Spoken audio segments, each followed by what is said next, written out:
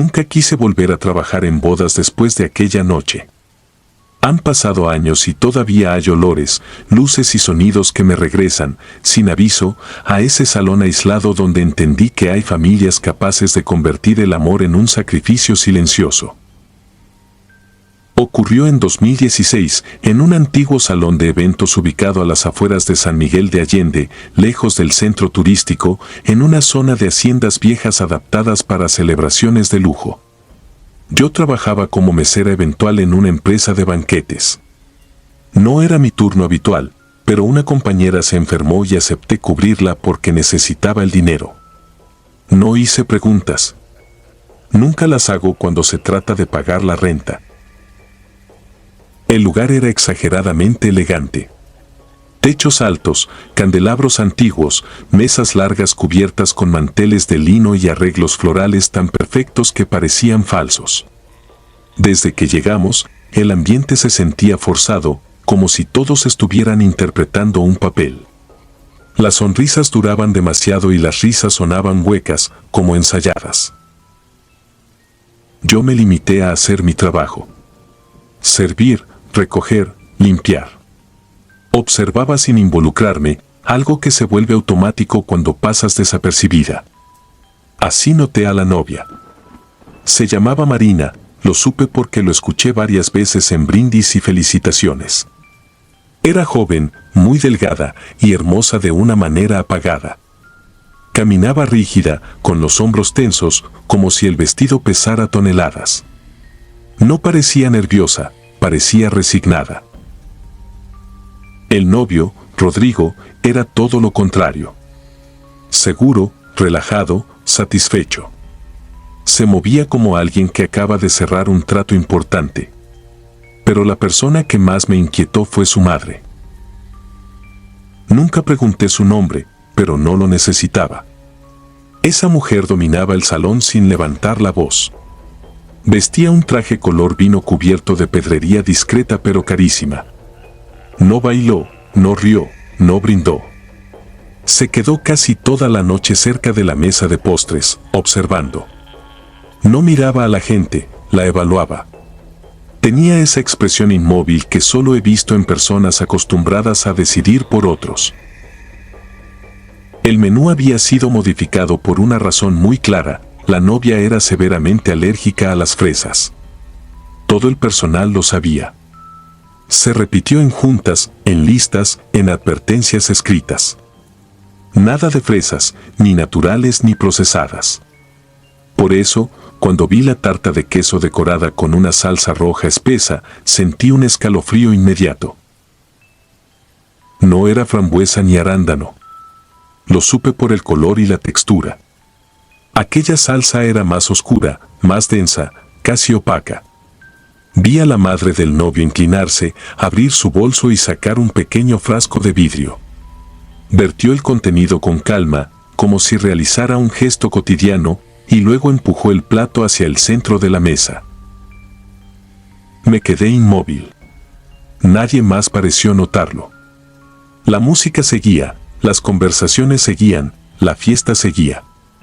Solo yo observaba esa tarta como si fuera una bomba a punto de estallar. Minutos después, la novia se acercó. La suegra tomó el plato y se lo ofreció con una sonrisa mínima. Marina dudó. Pude ver el conflicto en su rostro, esa obediencia aprendida que vence al instinto. Alzó el tenedor. No grité. No podía hacerlo sin causar un escándalo que probablemente me costaría el trabajo. Así que hice lo único que se me ocurrió. Caminé rápido, fingí no ver un cable y tropecé contra la mesa. El golpe fue suficiente. El plato cayó al suelo y se hizo añicos. El vestido de la novia se manchó apenas, lo suficiente para provocar murmullos. Me disculpé, bajé la cabeza, actué. La madre del novio me miró fijamente. No estaba molesta. No estaba sorprendida. Solo me observó como si me hubiera equivocado en una jugada que ella ya tenía prevista. Una hora después, el caos estalló. Gritos desde el baño de mujeres. La música se detuvo. Alguien pidió una ambulancia. La novia estaba en el suelo, vomitando, con la piel enrojecida y los labios hinchados. Apenas podía respirar. Un invitado que resultó ser médico intentó ayudarla mientras esperaban a los paramédicos. Lo supe ahí mismo. Había una segunda porción. Otro plato. La misma salsa roja. Alguien se lo dio cuando yo ya no estaba cerca. La ambulancia llegó a tiempo. Marina sobrevivió. Eso fue lo que se dijo. La boda se canceló. Los invitados se fueron en silencio. El salón quedó vacío, frío, como si nunca hubiera habido celebración alguna. Días después supe el resto. La alergia no fue el final. Meses más tarde, Marina murió en su casa por un shock anafiláctico inesperado. El caso se cerró rápido. Rodrigo se volvió a casar al año siguiente, con una mujer elegida por su madre. Yo sigo trabajando en eventos, pero jamás acepto bodas familiares demasiado elegantes. Aprendí que hay un tipo de horror que no deja manchas visibles, que no grita ni corre. Un horror que se sirve en platos finos, que sonríe y espera. Y cuando pienso en aquella tarta, en esa salsa roja espesa, no puedo evitar preguntarme cuántas veces más fue servida antes y cuántas veces nadie estuvo ahí para tropezar a tiempo.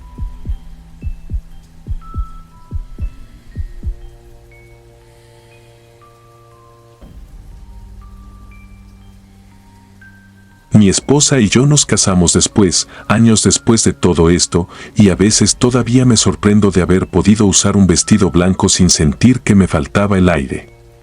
Nuestra boda fue discreta, pequeña, casi íntima. Nada de salones enormes ni invitados que apenas conoces. Aprendí a la mala que una celebración puede volverse una trampa en cuestión de segundos, y que lo verdaderamente peligroso casi nunca entra gritando. Lo que voy a contar pasó en 2019, en una boda familiar en Atlixco, Puebla. Yo había aceptado ser dama de honor porque era el gran día de mi primo Saúl, y en mi familia esas cosas no se negocian. Vas, sonríes, brindas, finges que no te aprieta el vestido y que los tacones no te están dejando la planta del pie como si la estuvieran lijando. Desde temprano el ambiente tenía ese brillo falso de las bodas, flores blancas, luces cálidas, mesas con centros de mesa que parecían más caros que la comida. Todos vestidos como si los hubieran sacado de un aparador. Los hombres tiesos, perfumados, con corbatas que les cortaban el cuello, las mujeres impecables y tensas, cuidando que el maquillaje no se corriera antes de las fotos.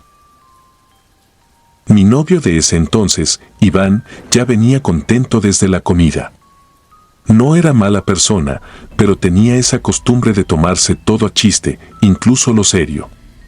Yo quería disfrutar, de verdad. Quería bailar, reírme, ser parte de la historia bonita. Y al principio lo logré. Hasta que lo vi. No fue inmediato porque no destacaba. Era un hombre mayor, como de 60 y tantos, delgado, con el cabello demasiado pegado al cráneo, como si se lo hubiera peinado con agua. Traía traje oscuro, sin arrugas, y una corbata vieja que no combinaba con el resto, como si la hubiera sacado de otra época. No estaba en la pista, no estaba en la mesa de los viejos, no estaba en el grupo de los tíos que se creen jóvenes. Estaba sentado solo, en un extremo del salón, con las manos sobre las rodillas, mirando hacia arriba. No al techo exactamente, sino como a través del techo. Al principio pensé que era alguien de la familia del otro lado, un invitado del papá del novio, algún conocido que nadie presentó. Pero pasaron los minutos, el brindis, las fotos, el vals, y el hombre no se movió ni una sola vez. Ni para aplaudir. Ni para tomar agua. Nada. Solo esa quietud rara, como si estuviera esperando a que algo se activara. Se lo señalé a Iván con el codo, en voz baja. Él apenas volteó y soltó una risa, de esas que sueltas para no prestar atención. Me dio una palmada y me dijo que dejara de ver fantasmas. Me encendí por dentro, pero respiré. No quería ser la intensa. Volví a mirar y el hombre ya no estaba. No vi que se levantara. No lo vi pasar detrás de nadie. Desapareció como cuando apagas una pantalla. Sentí un escalofrío que no venía del aire acondicionado. La música seguía fuerte, la gente seguía en su burbuja de fiesta y aún así yo empecé a notar cosas, un hueco en el ambiente, un silencio que no era real, una sensación pegajosa en la nuca, como si alguien respirara detrás de mí sin acercarse. Me levanté con una excusa tonta, que iba al baño, y empecé a buscarlo entre las mesas. Pregunté con cuidado a una tía si conocía al señor mayor que estaba sentado por allá. Me miró como si yo hubiera inventado a alguien. ¿Cuál señor? Me reí nerviosa, fingí que me había confundido. Hice lo mismo con otra prima. Nada. Nadie lo había visto. Cuando algo no cuadra, el cuerpo lo sabe primero. El estómago se te cierra, la piel se te eriza, la cabeza te busca una explicación para no aceptar la otra. Yo intenté decirme que era un invitado que se fue, que tal vez se sintió mal. Pero había un detalle que no dejaba de martillarme, no había salido por la puerta principal. Yo estaba cerca. Lo habría visto. Así que me fui hacia la parte trasera del salón. Afuera el aire era más frío y olía a tierra húmeda, a jardín regado. El contraste con el calor humano y el ruido fue brutal. De pronto escuché mi propia respiración, mis tacones golpeando el piso, y ese zumbido que te queda cuando sales de un lugar con música alta. Me sentí ridícula por estar buscando a un desconocido, pero algo dentro de mí insistía, como si no buscarlo fuera peor. En la parte de atrás había una puerta metálica, de esas que siempre están ahí y nadie nota. Tenía un letrero pequeño, bodega. La puerta estaba entornada, apenas. No debería. En un lugar así, con tanta gente, las bodegas se mantienen cerradas. Puse la mano en el metal y por un segundo dudé. Me imaginé abriéndola y encontrándome solo cajas, manteles, sillas apiladas. Me imaginé riéndome de mí misma y regresando. Esa era la opción normal. La abrí. La bodega estaba iluminada por un foco amarillo, pobre, como de taller. Olía a cartón, a polvo viejo, a cosas guardadas demasiado tiempo. Y ahí estaba él, sentado en el suelo, encogido, con la cara tapada, temblando como si llorara. Sentí un golpe de compasión. Fue automático. Me agaché, con el corazón acelerado, y le pregunté si estaba bien, si necesitaba ayuda. Mis palabras salieron bajitas, como si el lugar me obligara a susurrar. Él levantó la mirada. Tenía los ojos húmedos, sí, pero no era tristeza. Era otra cosa. Vacío. Como cuando alguien imita una emoción sin sentirla. Su cara no se movía como debería. La piel parecía estirada, demasiado lisa para su edad. Y lo peor fue su manera de ponerse de pie, no fue como un señor que se ayuda con las manos, que se endereza despacio. Se levantó lento, recto, como si algo lo jalara desde arriba. Las bodas, murmuró. Me ponen triste. Su voz era quebrada, pero pesada. Como si cada palabra cargara con algo húmedo y oscuro. Dio un paso hacia mí. Yo retrocedí uno, chocando con una caja. Las novias me recuerdan lo solo que estoy. Se secó una lágrima con la yema del dedo, con una delicadeza casi teatral. Y entonces sonrió apenas. No fue una sonrisa grande. Fue una curvatura mínima, suficiente para que yo entendiera que aquello no era un desahogo, era un ensayo. Se acercó más. Yo intenté abrir la puerta para salir, pero el metal no se movió. No estaba trabada. Era como si mi brazo hubiera dejado de obedecerme. Me dio un ataque de calor, una sensación de que el aire se había vuelto espeso. ¿Te vas a casar conmigo?, dijo. No sonó como pregunta. Sonó como un mandato. Yo quise gritar, pero la voz se me quedó pegada en la garganta. Quise correr, pero las piernas se me entumieron, como si el cuerpo se negara a moverse para no hacer ruido. Y entonces él me tomó del brazo con una fuerza absurda para su aspecto. Sus dedos estaban fríos, demasiado fríos, y apretaron donde duele, justo en el hueso. Ahí, en ese instante, noté algo que me heló más que su mano. En su muñeca traía un listón blanco, como los que usan las novias, pero sucio, viejo, manchado de un color amarillento. Y tenía letras bordadas, deslavadas, que apenas pude leer. Hasta que la muerte. La frase no terminaba. Como si la hubieran arrancado. Forcejeé. El vestido me limitaba, los tacones me traicionaban. Él no levantó la voz. No se alteró. Solo apretó más, con una paciencia enferma, como si supiera que el tiempo estaba de su lado. No hagas ruido, susurró, acercando su cara a la mía. A nadie le importa lo que pase en la bodega. Y lo dijo con una seguridad escalofriante, porque tenía razón. Afuera la música estaba a todo volumen, la gente gritaba, reía, brindaba. Era el lugar perfecto para desaparecer a alguien sin que se notara. En el forcejeo, mi tacón pisó algo en el suelo. Sentí que se rompía.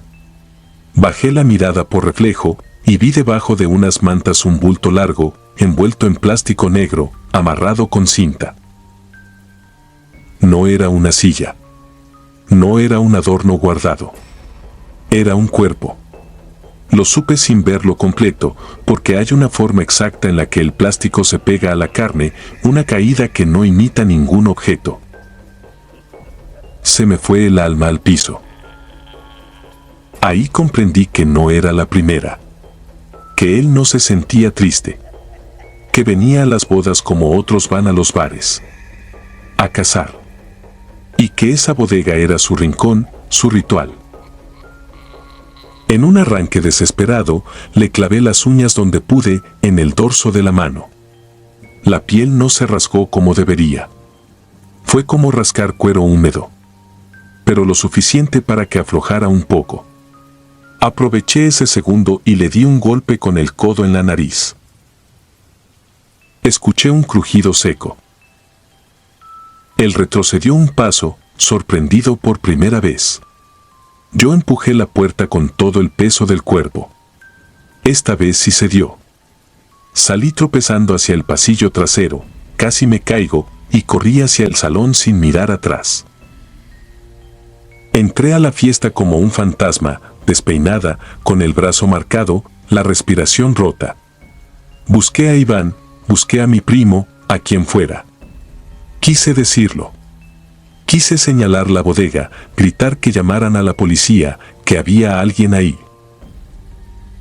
Pero cuando intenté hablar, mi garganta solo sacó un sonido raro, como un gemido. Nadie entendió. Una tía me agarró del hombro y me preguntó si estaba bien, creyendo que me había emborrachado. Iván se rió, me dijo que me calmara, que estaba exagerando, que seguro me había asustado por salir sola. Y ese fue el giro más cruel. La gente no te cree cuando estás asustada, porque el terror no se ve elegante en una boda. Me zafé como pude y corrí de nuevo hacia la parte trasera con un mesero que por fin notó mi cara. Pero cuando llegamos, la puerta de la bodega estaba cerrada y al abrirla solo había cajas, manteles y sillas apiladas. Nada de hombre. Nada de bulto envuelto. Nada. Solo el foco amarillo oscilando, como si alguien hubiera salido hace segundos. Esa noche no arruiné la boda. No hice escándalo. Me quedé con el brazo ardiendo, con la piel marcada por dedos helados, sonriendo para las fotos como si nada. Porque nadie quería que la dama de honor loca manchara el recuerdo. Al día siguiente, fui sola a la comandancia. Hice una declaración que me hizo sentir estúpida mientras la decía en voz alta. Un policía tomó mis datos sin mirarme mucho. Me preguntó si había tomado. Me preguntó si estaba segura. Me preguntó si no habría sido un malentendido. Nunca me llamaron. Lo único real que me quedó, lo único que no pudo borrarse, fue el moretón exacto en forma de mano en mi brazo, y una cosa más, en la planta del pie. Por semanas, tuve una marca morada donde pisé algo en esa bodega, como si el suelo me hubiera devuelto una señal.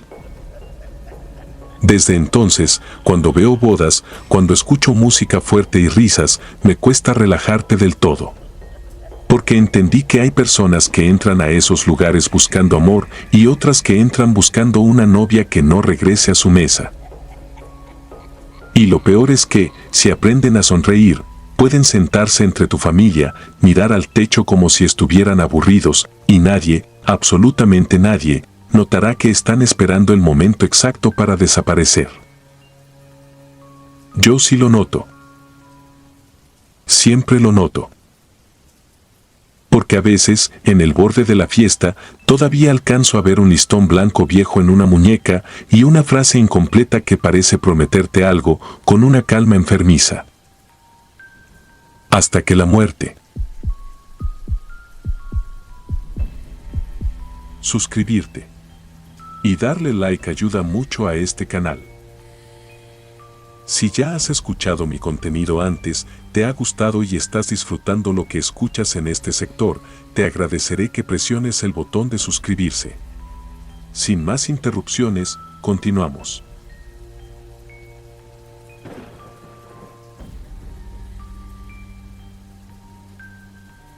Nunca fui de los que soñaban con boda. De hecho, si alguien me hubiera dicho que yo terminaría usando traje y repitiendo votos frente a gente, me habría reído. No por amargado, sino porque me parecía un teatro, prometer cosas eternas cuando ni siquiera sabes cómo vas a amanecer dentro de un año. Eso cambió el día que conocí a Marina. No era la indicada por frases bonitas, era por algo más simple y más peligroso. Con ella, todo lo que yo creía firme se me movía. Teníamos 21 años cuando empezamos a vivir juntos en Tampico, en un departamento caliente, con humedad metiéndose por las ventanas y el sonido del puerto como una respiración lejana. A los 24, ella ya tenía la boda entera armada en su cabeza. Quería casarse en un lugar que a mí me daba mala espina, un catamarán rentado que hacía recorridos cortos por la laguna del Carpintero, una de esas embarcaciones bonitas para eventos, con barandal blanco y luces de guirnalda. Marina decía que el agua calmaba, que era simbólico, que así no se sentía encerrada como en un salón. Yo solo pensaba en lo fácil que era que algo saliera mal en un sitio donde no hay piso firme. La organización la tomó como si fuera su trabajo. La prueba del vestido, los listones, las flores, la lista exacta de invitados, hasta la música. Yo la veía feliz y prefería callarme. Me daba miedo pinchar esa felicidad con mi Sisi. El día llegó en julio de 2019, de esos en que el sol pega como si estuviera más cerca. El muelle olía a lodo tibio y gasolina. Llegamos temprano, y ya desde ahí me incomodó un detalle: el catamarán no era el que habíamos visto en fotos. Era el mismo nombre en un letrero viejo, sí, pero se veía más gastado, con manchas en el casco y una reparación reciente en una esquina del piso, como si hubieran tapado algo a la prisa. El capitán era un hombre mayor, callado, con los ojos irritados, de esos que parecen no parpadear. Saludó sin ganas, revisó algo en su libreta y pidió que subiéramos rápido para aprovechar el recorrido. La familia de Marina se acomodó, el fotógrafo tomó sus primeros ángulos, y yo traté de respirar hondo. Marina estaba deslumbrante. No exagero. Su vestido era marfil, con cuentas que atrapaban la luz. Me acuerdo de que pensé algo ridículo, que esas piedritas parecían pequeñas escamas. Ella caminó hacia mí cuando comenzó la música, y por un momento todo se volvió sencillo. El calor, el rumor del agua, el ruido del muelle, todo se apagó como si alguien hubiera bajado el volumen del mundo. A mitad de su caminata, el catamarán dio un jalón leve, como si alguien hubiera golpeado el costado. Los invitados se rieron nerviosos y el capitán gritó algo hacia la cabina. No entendí bien, pero alcancé a escuchar una palabra que me heló: cables. Me quedé mirando el agua. No sé por qué. Fue un impulso, como cuando el cuerpo nota peligro antes que la cabeza. Vi una sombra larga debajo, una forma que no correspondía con el reflejo del catamarán. Luego el motor hizo un sonido raro, atragantado, y el barco se inclinó apenas. Nada dramático, pero suficiente para que Marina titubeara un paso, y yo extendiera la mano instintivamente. Entonces pasó lo peor: no fue un choque con otro barco, no fue un accidente externo. Fue algo que venía desde abajo. Sentimos un tirón seco, brutal, como si una mano gigante hubiera jalado el catamarán hacia un lado. Se escuchó un crujido de metal y madera, y una de las guirnaldas se reventó. Los invitados gritaron. El fotógrafo cayó sobre sus rodillas, el padre de Marina intentó sujetar a su esposa, y yo alcancé a ver la cara de Marina cambiar de emoción a miedo puro, en un segundo. El piso se abrió en la esquina donde yo había visto la reparación. No se abrió como en película, se partió con una línea húmeda, escupiendo astillas y un olor a agua estancada. El catamarán comenzó a hundirse por ese lado, lento pero inevitable. Alguien gritó que se pusieran chalecos. Yo no vi chalecos. Vi gente empujándose, vi zapatos flotando, vi un ramo caer al agua como si fuera de piedra. Marina resbaló. La agarré de la muñeca y sentí la fuerza de su cuerpo tirando hacia abajo. El vestido se infló y se volvió una carga, una cosa enorme que ya no era tela bonita, sino una trampa. Intenté jalarla, pero el catamarán se inclinó más y el agua nos tragó por la cintura. Noté algo que todavía me da náuseas: el vestido no solo se mojaba, se estaba enganchando en algo. Traté de meterme, de sumergirme para ver. El agua estaba turbia, caliente y olía a metal. Alcancé a tocar el encaje de su falda y luego sentí el tirón otra vez, más fuerte. Como si algo, allá abajo, estuviera tensando un cable. En ese segundo pensé en cortarlo, en arrancar la tela, en hacer cualquier cosa. No tenía nada en la mano. Solo mis dedos, torpes y desesperados. Marina me miró, y no dijo nada, pero su boca se abrió como para llamar mi nombre y no le salió aire. Sus ojos fueron lo último claro antes de que el agua los opacara. Me jaló hacia ella por reflejo y casi me arrastra. Sentí que el pecho me estallaba. Alcancé a empujarme hacia arriba, a sacar la cabeza, a toser. La gente gritaba nombres. Vi al capitán en la cabina, golpeando algo, como si ni él entendiera qué estaba pasando. Empezaron a llegar lanchas. Manos me agarraron del brazo y me subieron a una. Yo forcejeé, insulté, supliqué. Señalaba el agua, decía mi esposa, mi esposa. Nadie sabía dónde exactamente. El catamarán ya era media estructura sumergida, con las luces todavía encendidas como un chiste cruel. Pasaron minutos que se sintieron como horas. Alguien contaba sobrevivientes. Otra persona vomitaba agua. Una señora rezaba sin sonido. Y yo, con los ojos ardiendo, seguía mirando el mismo punto, esperando que Marina emergiera por milagro, como si el vestido fuera un salvavidas y no un ancla. Cuando llegó el equipo de rescate, ya hablaban con el tono de los que se preparan para lo inevitable. Los buzos bajaron. Sacaron primero al fotógrafo, con el rostro morado y la cámara todavía colgada al cuello. Luego sacaron a la mamá de Marina, inconsciente, pero viva, temblando, con las uñas rotas como si hubiera intentado aferrarse a algo. Yo pregunté por Marina tantas veces que al final un paramédico me sostuvo la cara con ambas manos para obligarme a mirar sus ojos. Me dijo, espérate. La sacaron al final. El vestido venía hecho un nudo con un cable grueso oxidado, de los que se usan para amarrar estructuras, no para un paseo. El cable no era del catamarán, eso lo supe después. Era un cable viejo, abandonado, que alguien había dejado ahí, bajo el agua, como una trampa dormida. Pero lo que me terminó de romper no fue eso. Cuando el vestido se desenganchó y la levantaron a la lancha, vi su mano derecha. Tenía algo apretado, algo que había arrancado con sus uñas. Era un pedazo de cinta, de esas que se usan para marcar equipo. En la cinta, aún se leía, borroso pero claro, un nombre impreso. El nombre del catamarán. Como si el cable no hubiera estado abandonado. Como si hubiera estado ahí para eso. Para jalarlo. Para partirlo por la esquina reparada. Para hundirlo justo en el momento exacto en que ella caminaba hacia mí. Esa noche, cuando me senté solo en el suelo del departamento, empapado y oliendo a laguna, escuché por primera vez el mensaje de voz que Marina me había enviado esa mañana antes de salir. No lo había abierto por estar corriendo con los preparativos. Su voz sonaba baja, extraña, sin euforia.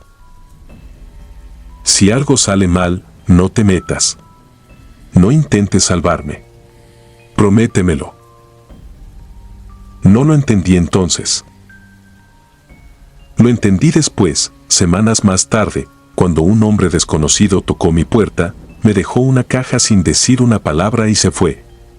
Dentro venía el anillo de Marina, seco y limpio, y una foto impresa, tomada desde el muelle. Se veía el catamarán y, debajo del agua, apenas captada por el lente, una sombra larga, como un cuerpo agarrando un cable. En la parte de atrás de la foto, con letra temblorosa, alguien escribió: las bodas no siempre son promesas. A veces son pago. Y desde entonces, cada vez que escucho música nupcial, no pienso en amor. Pienso en agua tibia, metal oxidado, y en una mano que apretó un nombre, justo antes de hundirse.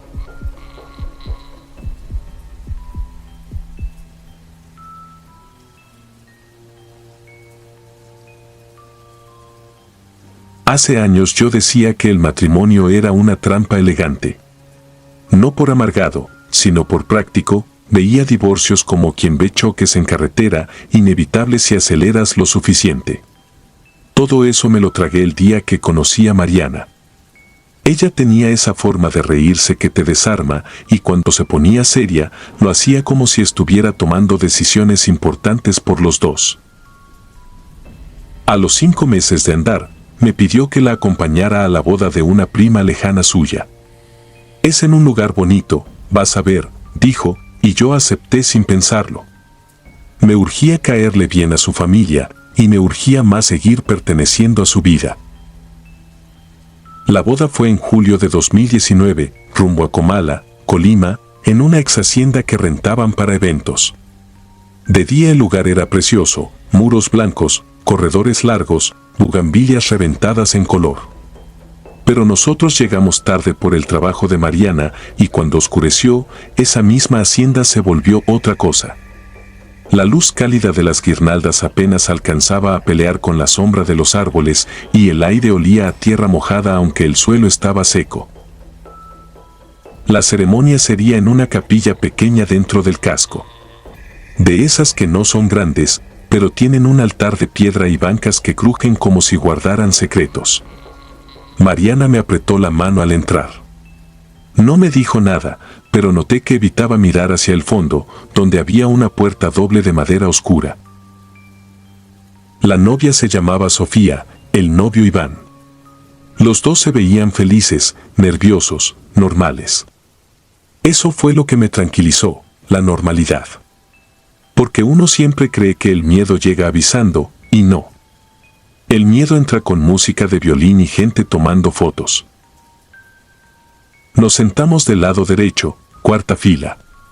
Yo iba mirando detalles para distraerme, el yeso cuarteado del techo, un santo sin dedos, veladoras eléctricas para evitar accidentes. Me acuerdo de eso porque después me pareció una ironía. Cuando Sofía sacó su hoja para leer los votos, escuché el primer murmullo detrás de mí, un roce de tela, un carraspeo, el sonido seco de una puerta abriéndose. Volteé por reflejo. Ahí estaba un hombre parado en el umbral, como recortado contra la oscuridad del pasillo. No iba de traje. Traía sudadera gris con capucha, pantalón negro, tenis. La capucha le tapaba la frente, pero aún así pude verle la cara, pálida, dura, como si estuviera aguantando la respiración. El problema no fue su ropa. El problema fue la manera en que entró, sin titubear, como si ese lugar le perteneciera. Avanzó por el pasillo central con pasos rápidos. La gente empezó a voltearlo a ver, primero con curiosidad, luego con ese gesto de incomodidad que se hace cuando algo no cuadra pero aún no sabes por qué. Alguien chistó. Alguien intentó reír. Y entonces, sin que nadie lo dijera, el silencio se desfondó. Mariana soltó mi mano. La vi tensarse, como si reconociera algo que yo no. El hombre llegó casi al altar. Recuerdo su respiración, porque no sonaba normal. Era un jadeo corto, como el de quien viene corriendo, pero su pecho no subía y bajaba igual que el de una persona viva. Se quedó frente a Iván y Sofía y levantó el brazo. Yo pensé que iba a señalar, a insultar, a armar un escándalo. En lugar de eso, sacó un arma de la sudadera. No puedo describir lo que hace el cuerpo cuando entiende el peligro. Es una especie de vacío en el estómago y un zumbido en los oídos, como si te metieran la cabeza bajo el agua. Vi bocas abiertas, vi a un niño empezar a llorar sin sonido, vi a un padrino levantarse a medias. El primer disparo tronó dentro de la capilla como si la piedra hubiera explotado. Iván se dobló. Sofía gritó un nombre que yo no entendí. El segundo disparo vino de inmediato. La gente empezó a correr y al mismo tiempo a quedarse, porque el pánico no siempre te empuja hacia la salida, a veces te clava al piso. Yo me levanté por impulso, no por valentía. Mariana me jaló del saco, y cuando la volteé a ver, traía los ojos inundados, fijos en el hombre, como si lo estuviera mirando desde otro tiempo. Me alcanzó a decir dos palabras, pegadas, sin aire: está muerto. No tuve chance de preguntar nada. Un grupo de hombres, padrinos o familiares, se abalanzó sobre el atacante. Se escuchó un forcejeo, golpes contra la madera, un grito ahogado. Yo avancé porque vi que el arma seguía en su mano. Lo agarré del brazo junto con otro tipo y sentí algo que todavía me cuesta explicar. Estaba frío, demasiado frío, como metal que estuvo horas en sombra. La sudadera olía a humedad vieja, a encierro. Logramos tirarlo. El arma cayó. Alguien la pateó lejos. Y en ese instante, con el cuerpo del atacante aplastado bajo varias rodillas, la capucha se le movió. Le vi la cara completa. Tenía los labios morados. Tenía una marca oscura alrededor del cuello, como si hubiera llevado una cuerda. Y sus ojos no estaban mirando. Estaban abiertos, sí, pero sin ese enfoque que tiene un ser humano cuando está consciente. Eran ojos de muñeco. Los gritos crecieron. Alguien dijo que llamaran a la policía. Alguien rezaba. Yo me quedé clavado mirando esa cara, tratando de entender por qué mi piel me decía una cosa y mi cabeza otra. La policía llegó rápido, porque el lugar estaba cerca de la carretera. Llegaron patrullas, llegaron paramédicos, llegó una ambulancia privada del salón. Hicieron un cerco. Nos sacaron a empujones al patio. Pidieron nombres, teléfonos, versiones. Las luces rojas y azules pintaban la hacienda como feria enferma. A Iván y Sofía se los llevaron al hospital de Colima. Decían que estaban vivos. Yo me aferré a esa frase como quien se aferra a una baranda en un temblor. Mariana, en cambio, se fue haciendo pequeña. En el estacionamiento, ya más tranquilos, me confesó lo que me había soltado en la capilla. El hombre era Rogelio, exnovio de Sofía. Un tipo violento que la había amenazado durante meses. Lo habían encontrado 2 semanas antes colgado en el taller de su papá. Había carpeta, había acta, había velorio. Mariana incluso me dijo que Sofía no quiso ir al entierro por miedo a que fuera una trampa, que la familia decía que él no descansaba. Yo no le creí al principio.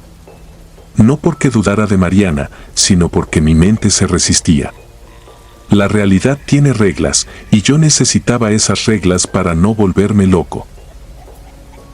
Pero esa noche, mientras la policía tomaba declaraciones, vi a un agente discutir con otro junto a la puerta de la capilla. Uno sostenía una tablet. El otro negaba con la cabeza, con una cara rara, blanca.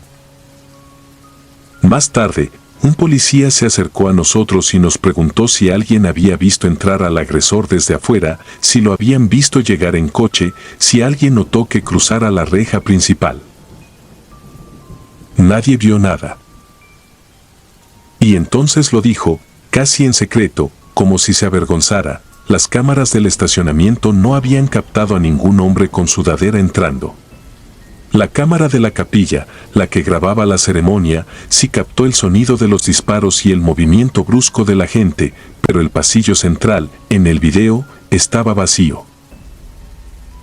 En el video, según ellos, Iván se doblaba solo. Sofía caía hacia atrás sin que nadie la tocara. Y luego, varios hombres se abalanzaban sobre el aire, como si estuvieran sometiendo una sombra. Esa fue la primera vez en mi vida que sentí verdadero terror, no el de morir, sino el de que la realidad se pudiera abrir como una puerta y no hubiera nada detrás. Nos dejaron ir casi al amanecer. Mariana no durmió. Yo tampoco. Volvimos a Guadalajara con una sensación pegajosa en la piel, como si la humedad de la hacienda se nos hubiera metido en los poros. 2 meses después, Iván y Sofía hicieron otra ceremonia, discreta, en un salón. Yo no fui. Mariana fue sola. Dijo que Sofía sonreía, pero que no parpadeaba igual, que cada vez que alguien mencionaba la palabra voto se llevaba la mano a la clavícula como si le doliera un recuerdo. Yo intenté seguir con mi vida. Lo estaba logrando, de a poquito, hasta que una tarde encontré en el buzón de mi departamento un sobre sin remitente.